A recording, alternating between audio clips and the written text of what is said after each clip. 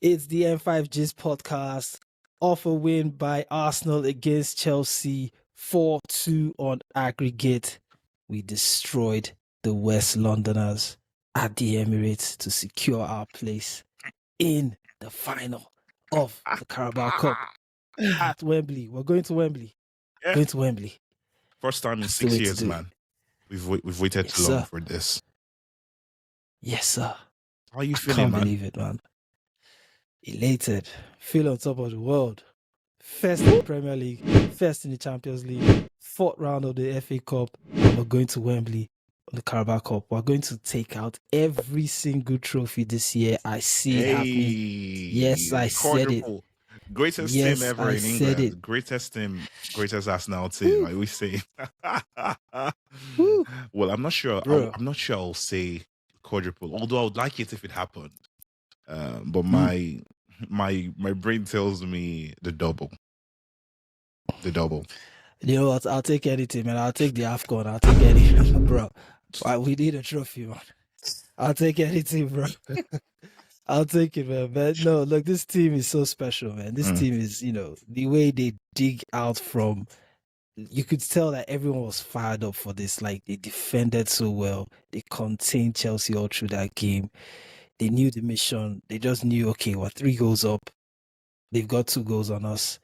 They weren't even attacking. They were sitting back. They were kind of attacking, but they weren't going for it. Like, you could tell that they had a plan to just ride it out for the first 45 minutes and maybe try and steal a win and take it to extra time, because they didn't look like scoring. We could have played that game for another 2 hours and they probably wouldn't score, in my opinion. And then we gave them the dagger at the end. 97th minute winner by Havertz. Yeah. Just, fantastic. That was just so that's lovely the best to way see, could have man. ended. It's crazy. It's crazy because when the game started, I think the first third of the entire game, we had about a couple of chances. The one from Martinelli. We were on them, and it only questions what kind of mentality that Chelsea team has right now, because they were the ones in need of a goal.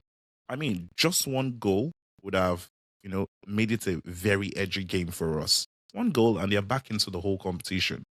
But like you rightly said, that was their mission. Just like soak it all in, then bring in their, firepower closer to the end of the game, around the 60th, 70th minutes. Maybe they thought, maybe they will tire out our team. I don't know what the plan was. Trying to counter our corner kicks, spreading players out. It's funny to see that. Go players out.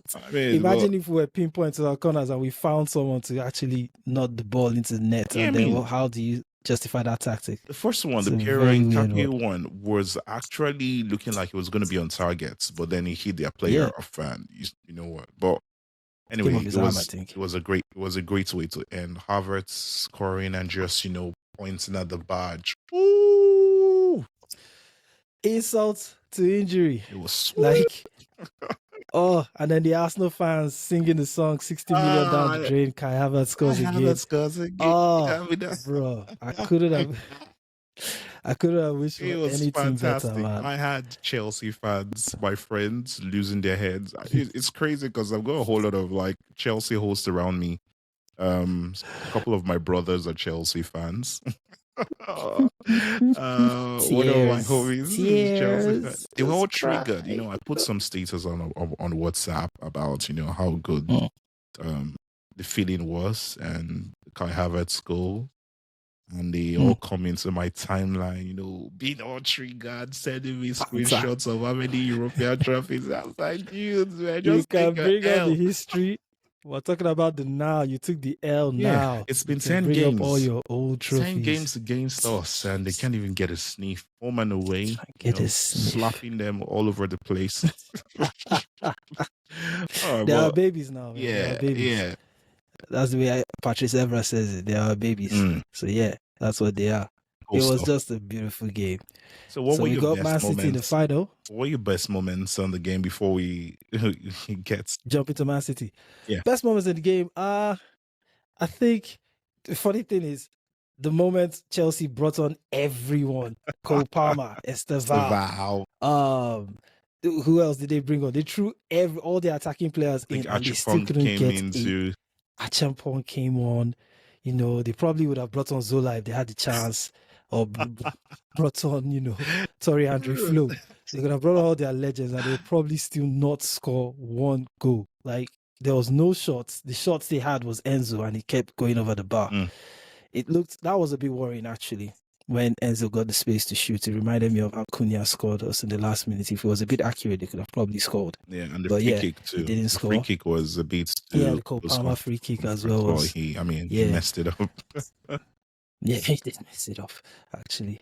Yeah, a key moment was actually Declan Rice intercepting every single attempt in the midfield for Chelsea trying to build to score. Declan Rice was my man of the match, to be fair.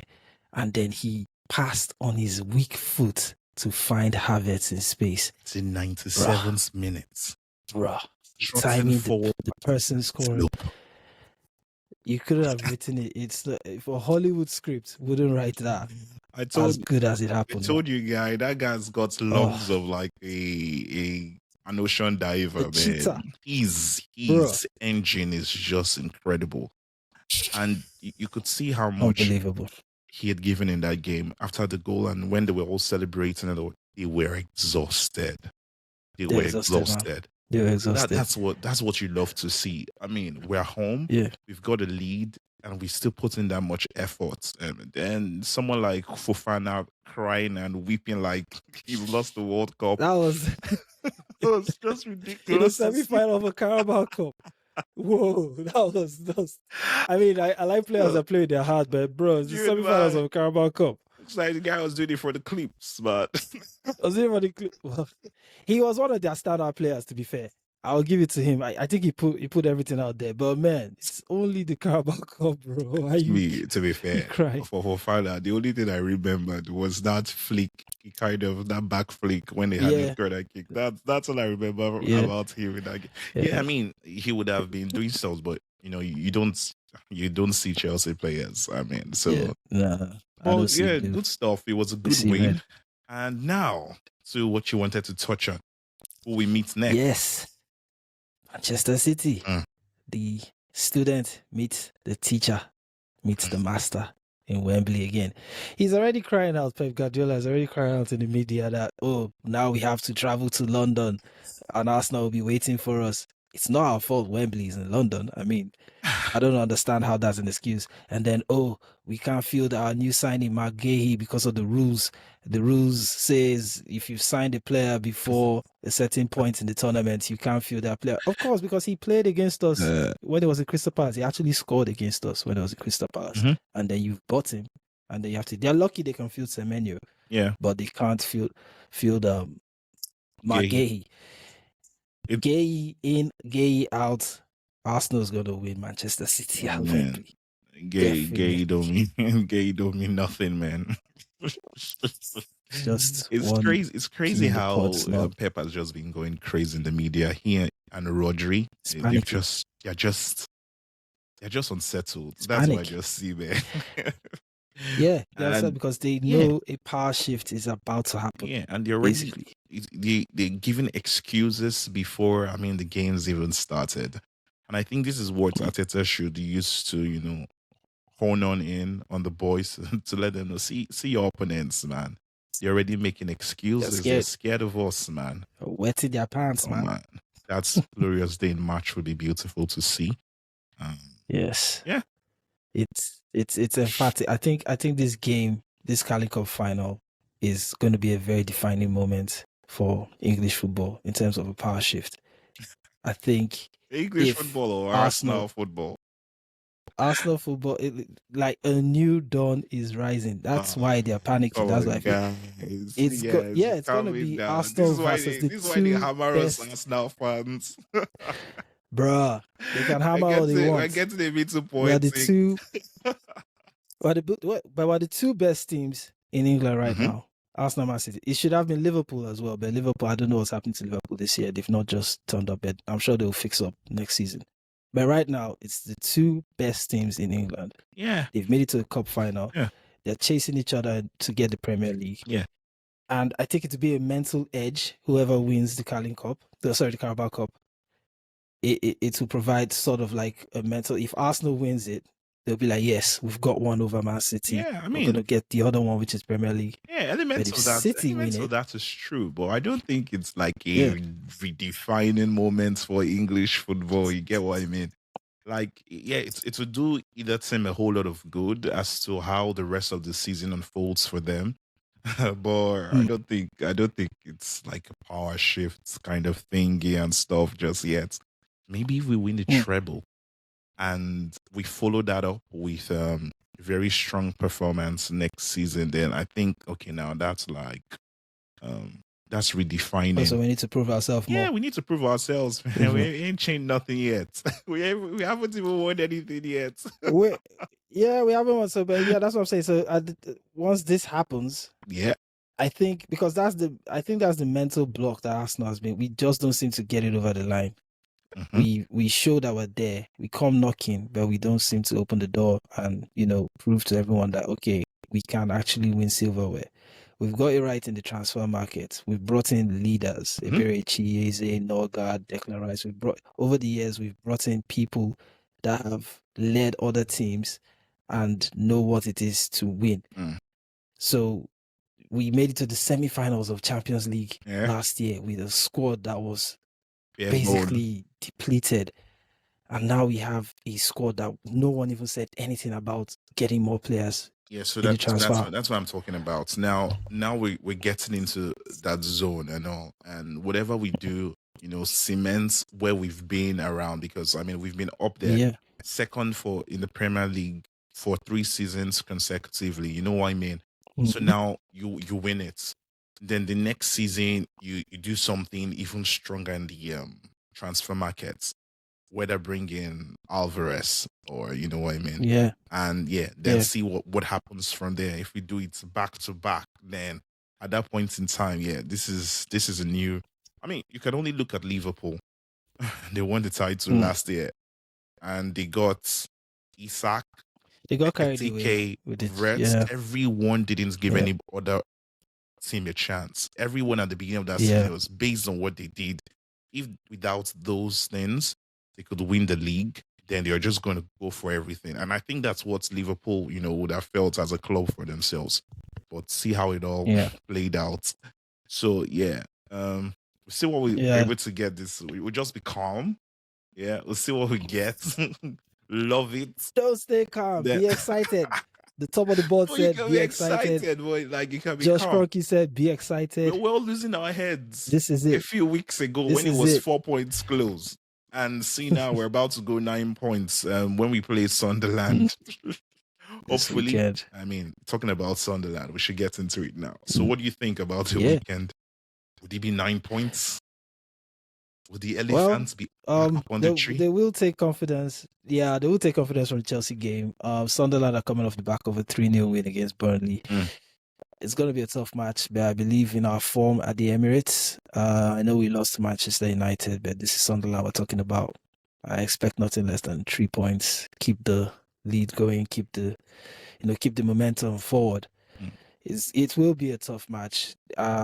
They've got Granit Xhaka, who always seems to be. I mean, the game. I think he's out. I think he's out injured. Oh, great! That's good news because he was the defining factor in the first game. He really gave them that mental edge. He definitely knows everything about Arsenal. So but I do see us winning. We're home. We're the Emirates, and hopefully we didn't get to see Saka even on the bench in the last game against Chelsea in the Carabao. Hope he's fit enough to start. And Odegaard didn't even make the team. Yeah, that's concerning. It's very concerning. Is it concerning? Or should we be concerned? Or was he just being rested? I hope so. There's a lot of secrets in the club. You never know. Yeah. Arteta doesn't give much in the press conferences, so we'll wait to hear what happens. Maybe he makes a comeback against Sunderland. Merino is out. Yeah. Got his foot injured for the whole season. Sad I think for him, probably. Man. Yeah. But it's gonna be a tough game, but I do think we'll overcome. I'm loving Madueke on the right side. So Are you? I think that's covered. Yeah, he just needs to time his runs, but like he needs to slow. He's good, taking out players on one-on-ones, but I think he runs too quick to the byline, and then the end product just seems to be rushed. Yeah. So I think that's where they need to fine tune for Madueke, and he will be a proper replacement for Saka or substitute for Saka as we go forward. Yeah.